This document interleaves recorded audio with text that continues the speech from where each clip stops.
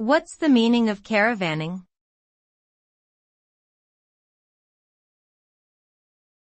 Caravanning.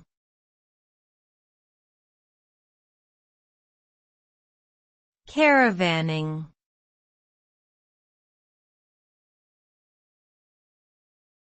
Caravanning.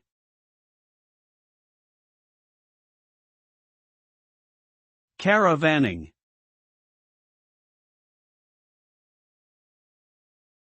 Caravanning refers to the act of traveling or camping in a caravan, which is typically a vehicle or trailer that can be towed behind a car or truck. The activity is popular among travelers seeking a flexible and affordable way to explore different places while enjoying the comforts of home. Caravanning allows people to travel on their own terms and at their own pace, without having to worry about finding or booking accommodation. It is a great way to experience the beauty and diversity of the world, while also meeting other like-minded travelers along the way.